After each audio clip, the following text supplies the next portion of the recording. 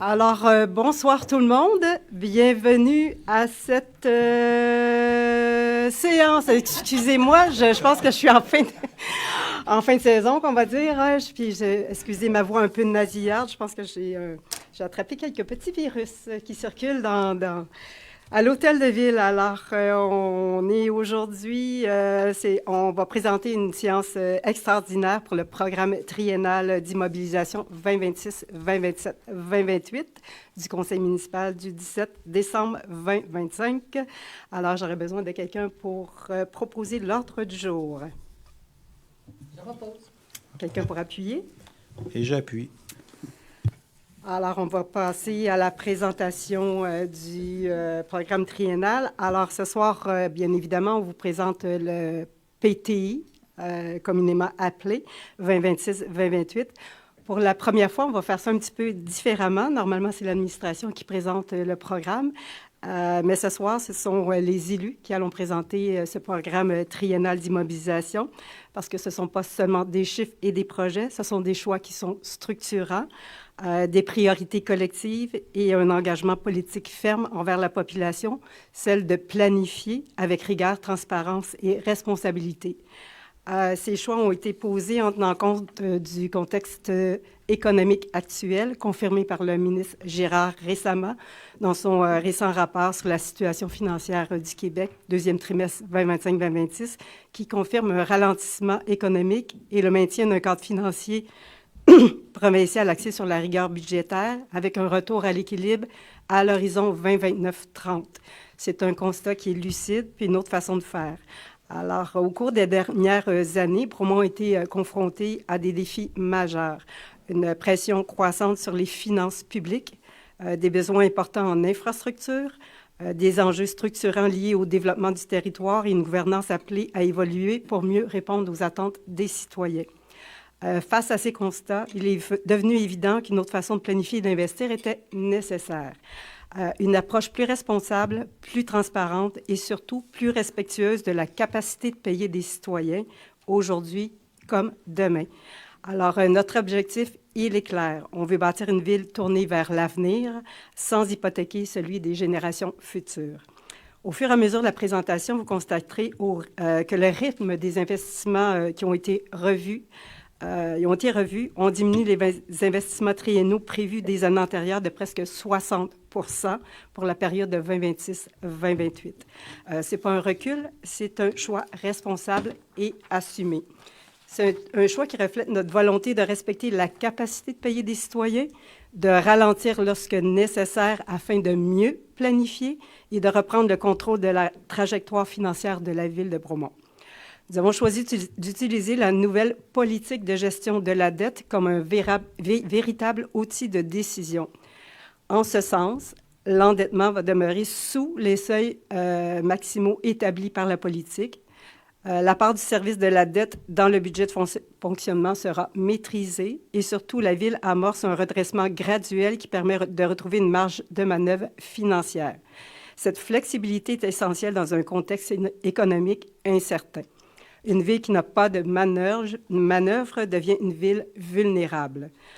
Un autre principe fondamental qui a guidé l'élaboration du PTU, c'est prioriser des besoins qui sont essentiels avant le reste.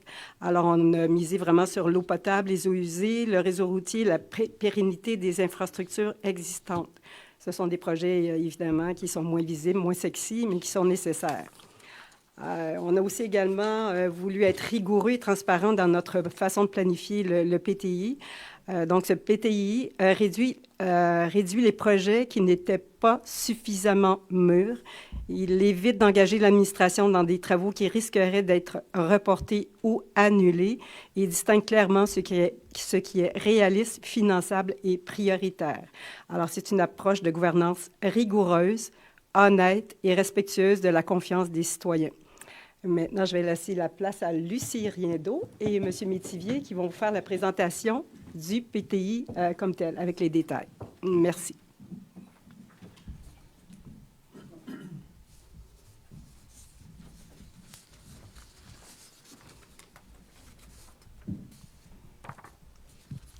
Alors, bonsoir à tous et à toutes. Je suis ravie de vous accueillir aujourd'hui pour cette présentation qui a pour but de vous informer et d'échanger sur des sujets qui nous concernent tous en tant que citoyens.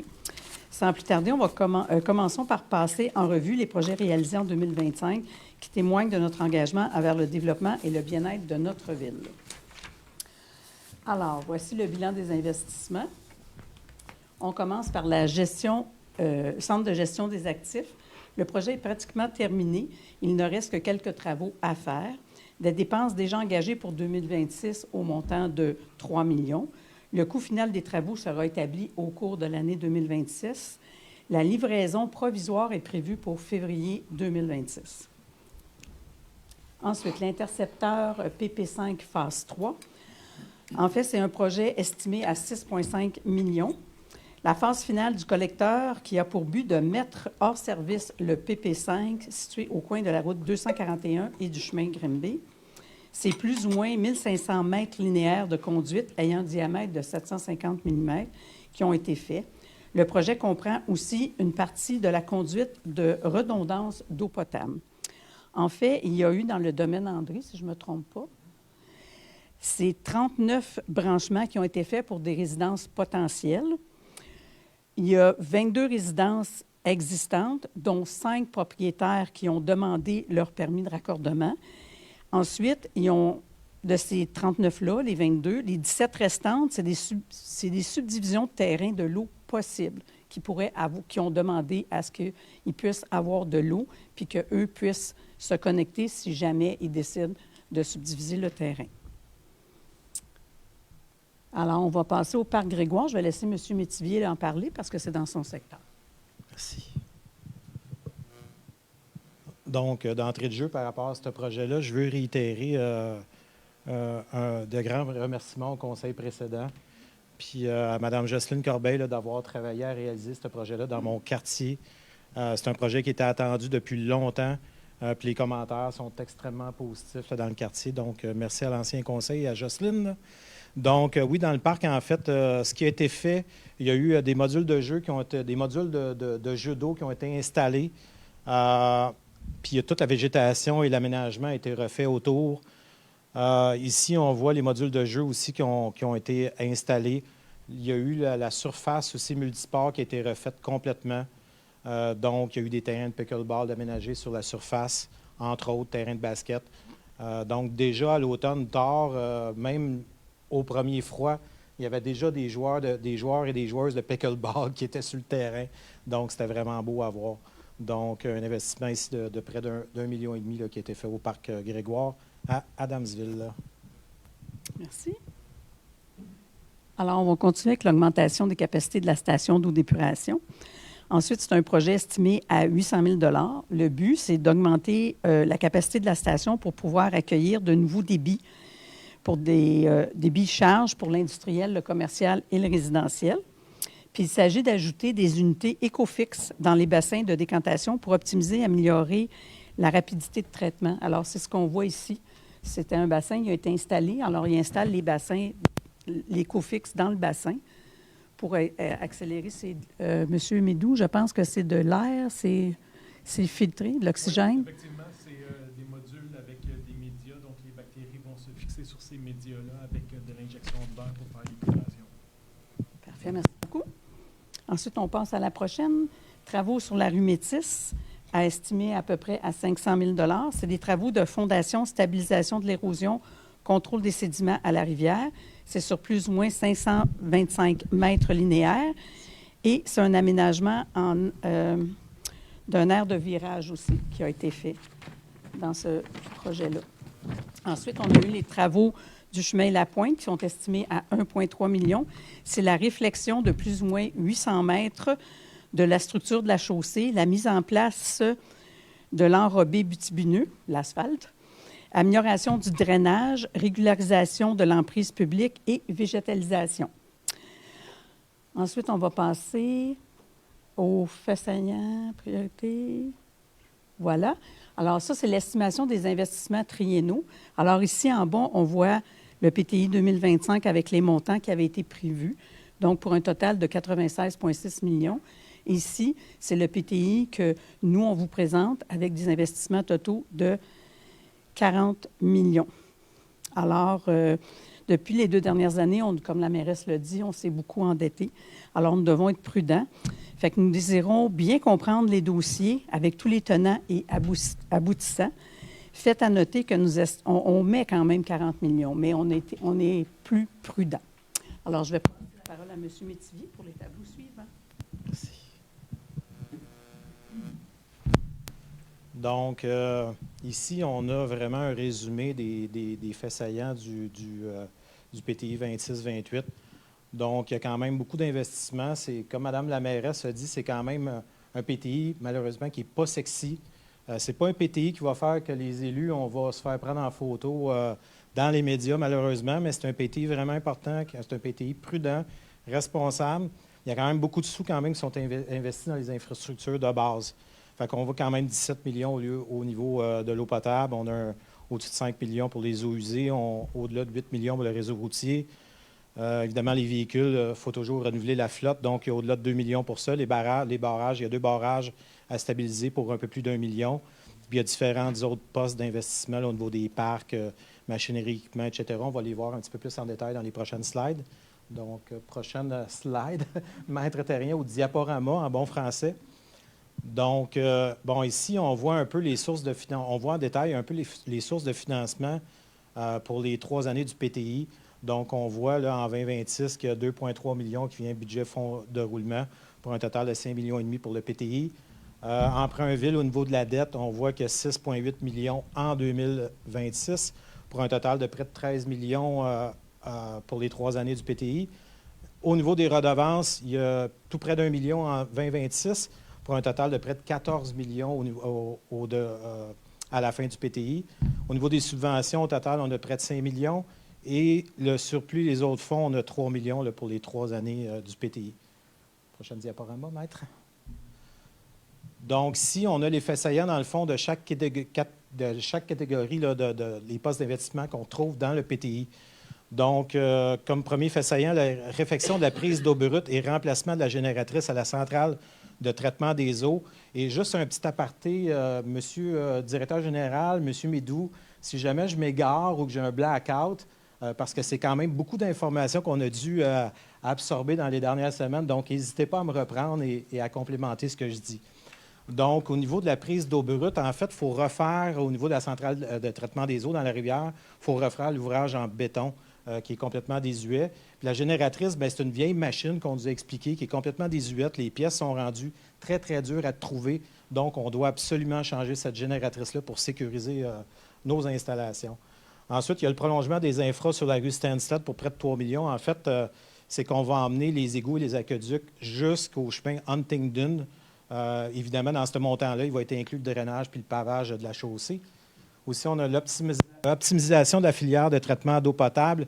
Ici, c'est l'ajout du fameux 4e filtre qui va se faire, puis la modernisation des procédés de décantation aussi pour vraiment être aux normes, là, pour répondre aux normes de capacité. Ensuite, on a l'intercepteur Faubourg entre Faubourg 1792 et rue Windsor.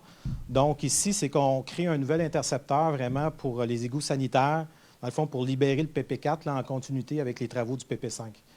Et pour terminer, on a les travaux suppresseurs Shefford et conduites Berthier. Ce qu'on vient faire ici, c'est qu'on va venir grossir la capacité de pompage pour permettre de remplir le réservoir Berthier beaucoup plus rapidement, ce qui va venir sécuriser notre réserve d'eau là, pour les projets futurs qu'il va y avoir dans ce secteur-là. Prochaine diaporama, maître. Donc, au niveau des infrastructures routières, comme j'ai mentionné tantôt, il y en a pour plus de 8 millions.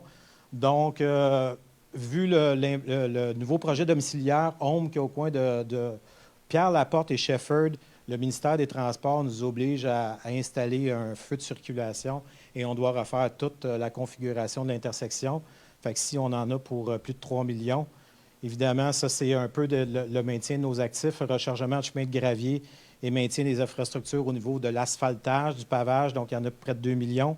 On a le drainage pluvial entre Stansted et Verchères pour 800 000 Et pour terminer, on a la réfection de la rue Bellefleur. Ici, le montant est 131 000 mais plus tard dans le PTI, c'est vraiment pour les pleins de vie, pour vraiment refaire ce tronçon-là de Pierre Bellefleur, étant donné l'achalandage en constante hausse dans ce secteur-là.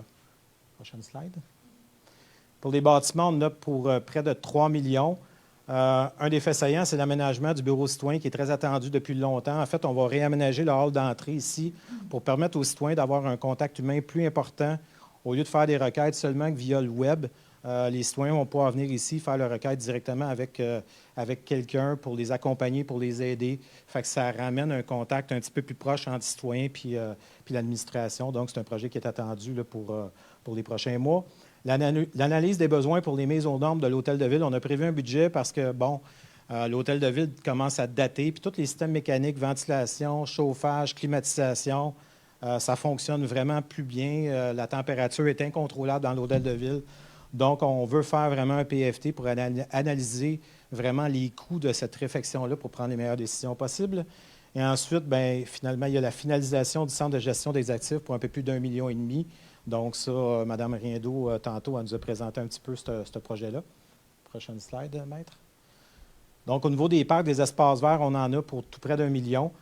Le bâtiment sanitaire à la plage du Lac-Bromont, en fait, le ministère nous oblige à installer un système septique et à faire un poste sanitaire. Sinon, on était obligé de fermer la plage cet été. Donc, on a travaillé avec l'administration, on a travaillé le projet pour réduire les coûts au maximum. Donc, ça va être assez basique ce qu'on va faire, mais quand même, il va y avoir quelques toilettes et surtout un système d'épuration qui va permettre de maintenir la plage ouverte pour les prochaines années. Ensuite, bien, il y a des investissements dans d'autres parcs, dont le parc Iberville dans le secteur de Madame Mayotte. Il va y avoir un module de jeu, un nouveau module de jeu là, qui va être installé au courant des prochains mois. Je ne sais pas si la commande est passée, bien, ça ne devrait pas trop tarder. Donc, puis il y a différents travaux aussi de remise à niveau qui vont être faits dans différents parcs. Et au campus Germain des Ourdis, bon, on a eu des commentaires des citoyens qui étaient complètement exposés au soleil là, quand ils étaient là. Donc, on va installer un genre d'ombrage au coût de 40 000 là, pour permettre aux citoyens d'être à l'ombre dans les grosses chaleurs d'été. Prochaine slide. Pour les véhicules routiers, en fait, les deux faits saillants là-dedans, on n'est pas sans savoir que les véhicules de police, ça roule beaucoup. Ça roule 60-70 000 km par année. Donc, on est obligé de renouveler cette flotte-là continuellement. Et l'autre fait saillant, c'est vraiment au niveau des véhicules lourds et machinerie. La Ville a procédé à la location de différents équipements il y a quelques années. Bon, maintenant, le marché du neuf a explosé dans les dernières années au niveau de ce genre de machines-là, ce qui fait que les résiduels sont vraiment intéressants. Donc, c'est très intéressant de racheter ces véhicules-là au lieu d'en louer des nouveaux ou d'en acheter des neufs. Donc, il y a quand même un montant assez important dans cette enveloppe-là là, pour racheter ces véhicules-là, pour qu'on puisse les mettre dans notre flotte de façon permanente. Next slide. Next slide. Excusez-moi, je parle en anglais. J'étais habitué de faire des présentations en anglais. Donc, désolé. Équipement pour 1,6 million. Donc, le fait saillant ici, c'est l'équipement pétrolier.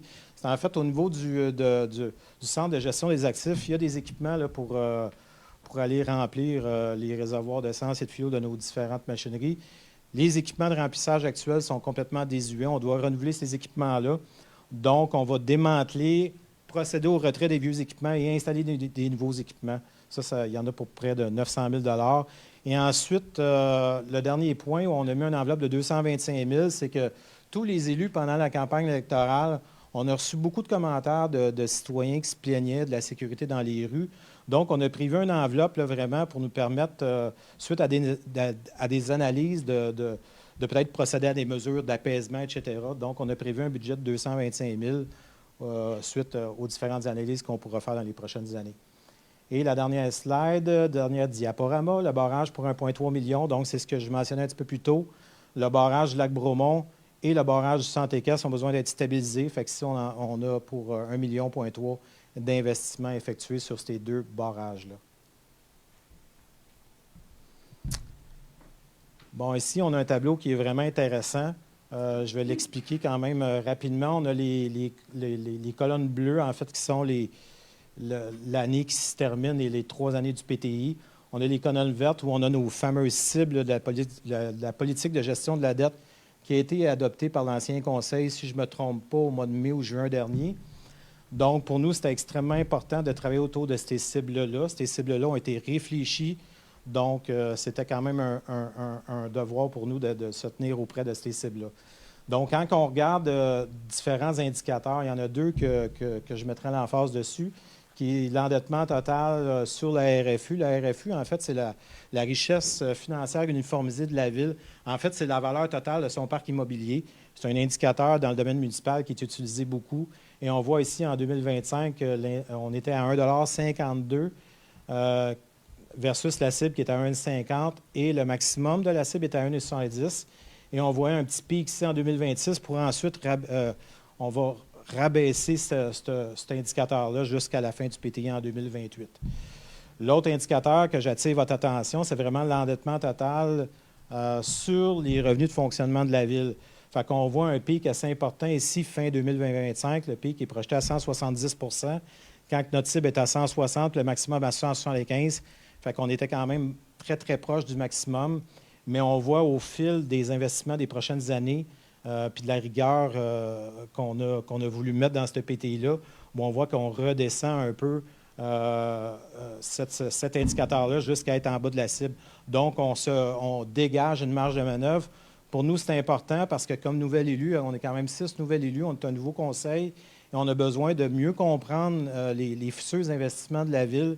Puis pour nous, c'était vraiment très important de se donner de la marge de manœuvre parce qu'on doit être en mesure de quand même de chiffrer ces investissements-là. Je donne comme exemple l'Arena qui va avoir besoin d'amour éventuellement. Il y a l'enjeu de la caserne numéro 2 à Adamsville. C'est toutes des choses qu'il va falloir chiffrer, évaluer. Je pense que c'est important d'être prudent au niveau du PTI de cette année pour se dégager des marges de manœuvre là, pour pouvoir répondre à ces potentiels futurs besoins-là. Juste revenez, Maître, s'il vous plaît. Et l'endettement net, bien, on voit qu'à la fin 2025, le chiffre absolu, le chiffre projeté, c'est près de 86 millions. Et cette année, on va atteindre les 87,3 millions avec le PTI qu'on vous a présenté pour redescendre à 84,6 millions en 2028. Donc, on voit qu'on stabilise et on recommence à descendre tranquillement en 2028. On aurait pu descendre plus drastiquement, mais il aurait fallu vraiment couper les robinets. Puis il y a quand même des choses très critiques et importantes à faire en ville. Donc, on a voulu quand même être prudent, mais pour que ça ne soit pas nécessaire de fermer le robinet complètement. Donc, quand même, c'est pour ça qu'on dit que le PTI n'est pas sexy. Ce n'est pas des nice to have. Ce qu'on a mis dedans, c'est des choses qu'on doit faire et qui vont être faites. Prochaine slide, Maître. Et pour terminer, on a fait un diagramme ici. On voit là, depuis 2020 l'évolution de la dette. Donc, on a éclaté le diagramme, dans le fond, en trois sections. On a la section vert foncé, qui est la dette qui appartient à l'ensemble.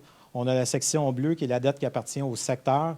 Et finalement, la section vert pâle qui appartient aux redevances. Fait qu'on voit vraiment, le graphique qui est très parlant, on voit vraiment qu'en 2024 et en 2025, il y a eu une accélération de la dette suite au grand projet là, que Mme Riendo nous a présenté plus tôt. Ça a eu un effet sur la dette. C'est des investissements qui ont été faits, qui étaient quand même nécessaires, mais maintenant, il faut agir un peu mieux, un peu plus en bon père de famille, il faut être plus prudent.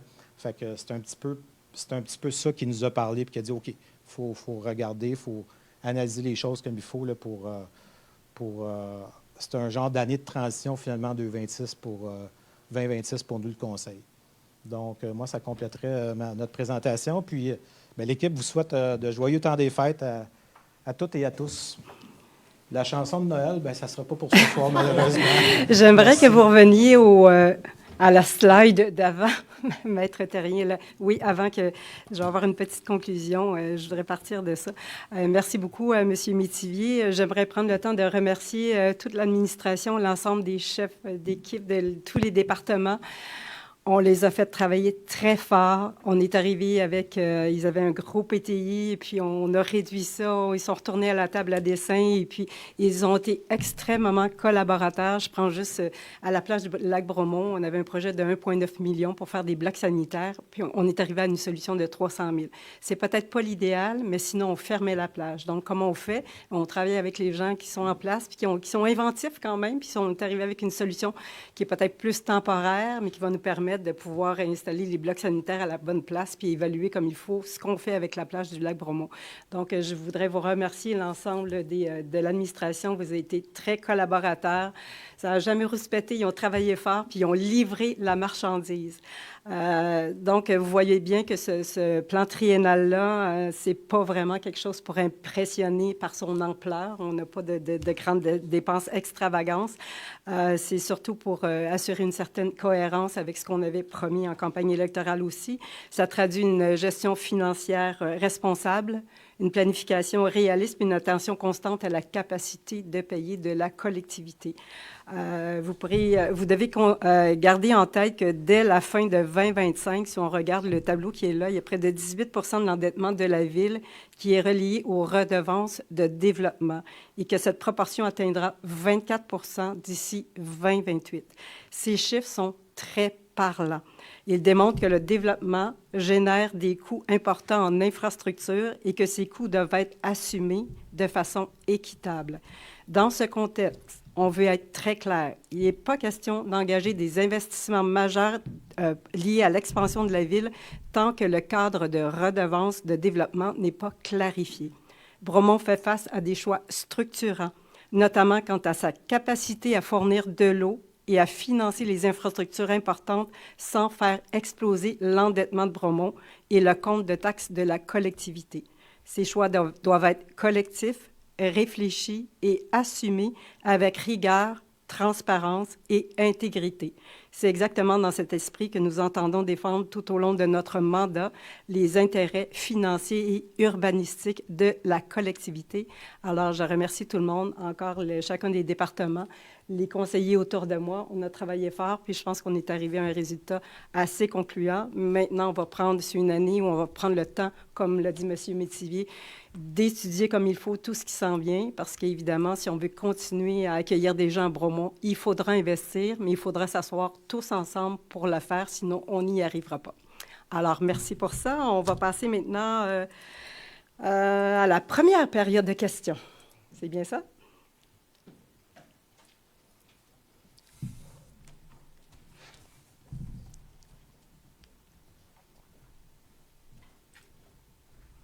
Christian Blanchet. Bonsoir. C'est pas une question, c'est juste un commentaire par rapport à ce que je viens de voir. Une des premières diapos que vous avez montré, l'eau potable. Et oui. Je pense que c'est essentiel. Vous avez tous une bouteille d'eau sur votre table devant vous. C'est un besoin essentiel et je pense que miser là-dessus, c'est la pérennité de notre communauté. Fait que bravo pour ça. Moi, ça me touche. Et merci. On va adresser ce problème-là, oui, cet élément-là avec rigueur, oui. Oui. Bonsoir, Alain Veillette, Mont-Soleil. Bonsoir. Question justement par rapport au Mont-Soleil, le prolongement des infrastructures sur la rue Stansted. Je suis un peu perplexe parce qu'il me semble que la rue Stansted a été complètement excavée et refaite soit l'été passé ou l'été d'avant. Alors, je suis un peu surpris de voir pourquoi on n'a pas profité de ce moment-là pour passer soit l'eau, l'aqueduc et les égouts. On n'aurait pas pu mieux planifier les travaux. Là-dessus, je pense que je vais devoir passer la parole à M. Midou, au directeur général. Oui. C'est une bonne question, mais c'est deux projets complètement distincts. On a fait une première phase de travaux qui visait à la réhabilitation d'égouts et d'aqueducs existantes. Pendant ce temps-là, on est en train de discuter avec le promoteur pour tout ce qui est le partage des coûts pour le prolongement des infrastructures qui va amener, dans le fond, un projet résidentiel. Donc, c'est deux trucs distincts qui étaient difficilement faisables dans les mêmes travaux. Au niveau du financement aussi, on avait l'opportunité d'avoir des subventions pour notre premier projet de réfection d'égouts et d'aqueducs. Fait que pour toutes ces raisons-là, c'était difficile d'en faire un même projet, d'arrimer tout ça en même temps. OK. Je comprends. C'est juste plate de devoir réexcaver à nouveau la même rue qui vient d'être faite là, très récemment. Là. OK, merci.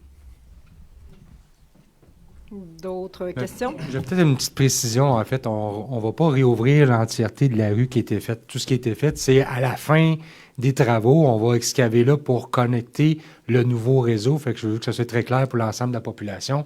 On ne vient pas défaire ce qu'on a fait auparavant. Là. D'autres questions? Alors, on va passer au 8.1.1. Adoption du programme triennal des dépenses en immobilisation. J'aurais besoin de quelqu'un pour proposer. Je J'appuie. propose. J'appuie. Alors, j'aurais besoin de quelqu'un pour proposer la levée de la séance. Ne partez pas, il va y avoir une deuxième extraordinaire. Alors, quelqu'un pour proposer la levée. Je le propose. Quelqu'un pour appuyer. Je l'appuie. Pour cette séance. Alors, on passe maintenant à la séance extraordinaire du Conseil municipal du 17 décembre à la suite de la séance extraordinaire du programme triennal des dépenses en immobilisation 2026, 2027, 2028. Alors, on va passer par une première période d'information parce que quand on a une séance extraordinaire, on n'a pas le droit à une deuxième période de questions. Donc, pour laisser la chance aux gens de poser une question, on va faire la présentation des points en période d'information, puis ensuite de ça, on va passer à l'adoption. Alors, Madame Gaumont. Alors, le premier point, c'est considérant que certains projets d'investissement prévus au budget 2025 n'ont pu être complétés avant la fin de l'exercice, on propose d'affecter un montant de 779 673 provenant des activités de fonctionnement 2025 au financement de 2026. Ce que ça veut dire, c'est qu'on va prendre une réserve pour des montants qui étaient prévus en 2025. On va les mettre dans l'année financière. Donc, ça veut dire que le surplus, on ne vient pas gonfler un surplus parce qu'on ne les a pas faites, mais on vient vraiment avoir un surplus qui nous ressemble, qui est plus collé à notre réalité là-dessus. Vous avez à l'écran le tableau. Je vais vous donner un petit peu plus d'informations là-dessus. Quand on parle des équipements incendie pour 33 000 c'est une table pour un poste de commandement, une piscine d'intervention. C'est pas une piscine pour dans ma cour, là, c'est une piscine d'intervention. Équipement de désinfection pour les appareils sanitaires. Ça, c'est important. Après ça, au niveau des équipements pour la police, presque 46 000 c'est des vestes par balles, des recherches terrestres et des carabines, un logiciel de caméra de sécurité, puis des pistolets 9 mm qu'ils ont besoin. Après ça, on a au niveau d'équipements pour l'aréna, 14 500. Ça comprend un projecteur, un écran et une scène, parce qu'apparemment que ça fait un petit peu pitié ce qu'on a présentement, puis on aimerait être capable de revamper tout ça pour pouvoir le louer comme espace quand on veut faire des présentations pour des citoyens ou des corporations, quelque chose comme ça. Donc, c'est 14 500. L'équipement CTE, dans le fond, c'est un montant pour une étude pour l'automatisation de l'injection de la chaux et du charbon. 15 748. S'il y en a qui ont besoin de plus d'informations, on va demander à M. Midou, parce que là, c'est au niveau de la filtration, là, mais bon, mes connaissances sont pas tout à fait encore assez profondes là-dessus. Le maintien des actifs, on parle de presque 62 000 L'espace Saint-John's, c'est au niveau de la réfection de la maçonnerie extérieure. Il y a des choses à faire dans l'ancienne section, pas dans la nouvelle section. Puis le chalet du Lac-Gale, on a besoin de refaire la clôture qui est là, qui est déficiente. Fait que ça, c'est une responsabilité qui nous incombe. Travaux de stabilisation du barrage du centre EQUES, 45 000 Vous comprendrez que ce n'est pas l'ensemble des travaux pour ce barrage-là. On a parlé tantôt d'un point quelques millions. C'est plutôt comme le premier montant qui était comme prévu en 2025. C'est là qu'on met ça. Travaux de remise en état du barrage du lac Brome, 94 000 C'est la même, du lac Bromont, excusez-moi. C'est la même chose. C'était le premier montant d'une série là, qui va se poursuivre là, dans les années à suivre. Réfection aux mises aux normes de l'hôtel de ville, 236 000 Ça, c'est vraiment les plans qui ont commencé à travailler là-dessus par rapport à M. Métivier a parlé tantôt d'un bureau citoyen, mais aussi de revoir l'ensemble de tout ce qu'il y a à faire à l'intérieur parce que le projet, c'est d'agrandir à l'interne. On ne peut pas aller à l'extérieur, fait qu'agrandir à l'interne. Nous, ce qu'on veut, c'est vraiment avoir une vue d'ensemble, puis après ça, on va être capable de prioriser des choses pour le bien-être de tout le monde. Achat d'équipements spécialisés, 72 000 c'est un activateur de vannes. On avait déjà commencé une réflexion, mais il manquait cette pièce-là. Fait que là, bon, elle va s'en venir. Puis le dernier, pour 161 000 c'était la canalisation de fossés au 146 de la rivière, ce qui vient d'être accepté là, dans les dernières séances du Conseil, pour un montant total de 779 673. À tous les ans, même si on regarde l'année passée, à tous les ans, il y a des montants qui n'avaient pas été faits puis qui sont reportés à l'année fiscale courante. Fait que cette année, on fait la même chose. C'est ce qu'il y en est. Merci. Maintenant, M. Lavoie, pour le prochain point. Oui, on termine avec un point un petit peu plus léger. La saison des fêtes arrive, on a besoin d'un peu de bouger. Qu'est-ce qu'on vient y faire au point 8.7.1? C'est qu'on vient sécuriser certaines activités qu'on a avec les Amis des Sentiers pour la période hivernale, dont on parle notamment de fat bag, de ski de fond, de rando raquettes qui ont lieu notamment au Mont-Hawk et dans le golfe du Vieux-Village. Donc, qu'est-ce qu'on fait on devance un peu l'entente de 2026. Là, on attribue certains montants, dont des montants de 35 000 et un autre montant de 7 450 qui vont aller pour nos activités hivernales. Donc, j'en fais la proposition. C'est pas tout de suite. Pas tout de suite. Non, pas de suite. Pas de suite. Non. Donc, on parle des Amis des Sentiers. En fait, on a une entente qui doit être renouvelée, qui est échue au 31 décembre. On n'a pas eu le temps encore de lire toutes ces ententes-là, donc on se laisse un délai d'1 mois pour s'asseoir avec eux puis revamper un peu l'entente qui est là, à l'heure actuelle. Mais on veut quand même que l'entretien se continue durant la période du mois de janvier. Alors, le 35 000 $ est pour cette raison, pour couvrir la période du mois de janvier. Évidemment, ça va être déductible sur l'ensemble, la totalité de l'entente qui va être probablement de 3 ans. Alors, on va passer à l'adoption de l'ordre du jour. J'aurais besoin d'un proposeur Je propose. et d'un appuyeur. Je l'appuie. Alors, on passe à la première période de questions. Est-ce qu'il y a des gens dans la salle qui veulent poser des questions sur ces 2 points? Alors maintenant, on va passer à l'adoption du 8.1.1, appropriation du montant de 779 673 pour le financement de projets d'investissement 2026. Et j'aurais besoin d'un... On ne recommencera pas à expliquer parce qu'on le fait. Alors, j'aurais besoin d'un proposeur. Ah, si tu voulais parler avant? Non, c'est vrai que je propose. D'accord. Et j'appuie. Et puis pour le 8.7.1, contribution financière à les Amis des Sentiers de Bromont associés au maintien du service jusqu'à la signature de l'entente de gestion du Parc des Sommets 2026 à intervenir au plus tard le 31 janvier 2026. J'aurais besoin d'un proposeur. Donc, je propose. Et puis d'un appuyeur. Je l'appuie. Alors, j'ai besoin maintenant de quelqu'un pour lever la séance, la 2e séance extraordinaire. Je propose. Et puis Et je quelqu'un... l'appuie. Alors, c'est terminé. Je vais souhaiter à tous et à toutes les citoyennes et citoyens de Bromont un très joyeux Noël. Profitez de la neige avant qu'elle fonde. Dépêchez-vous, c'est demain que ça va se passer. Prenez de bons moments en famille. La même chose pour les élus, l'ensemble de l'administration. Et puis, bonne chance à M. Dorion encore une fois qui quitte bientôt. C'était votre dernière séance extraordinaire. Officiellement, oui. Merci, C'est Madame la extraordinaire. Alors, merci à tous et puis joyeux temps des fêtes. Bonne soirée. Merci.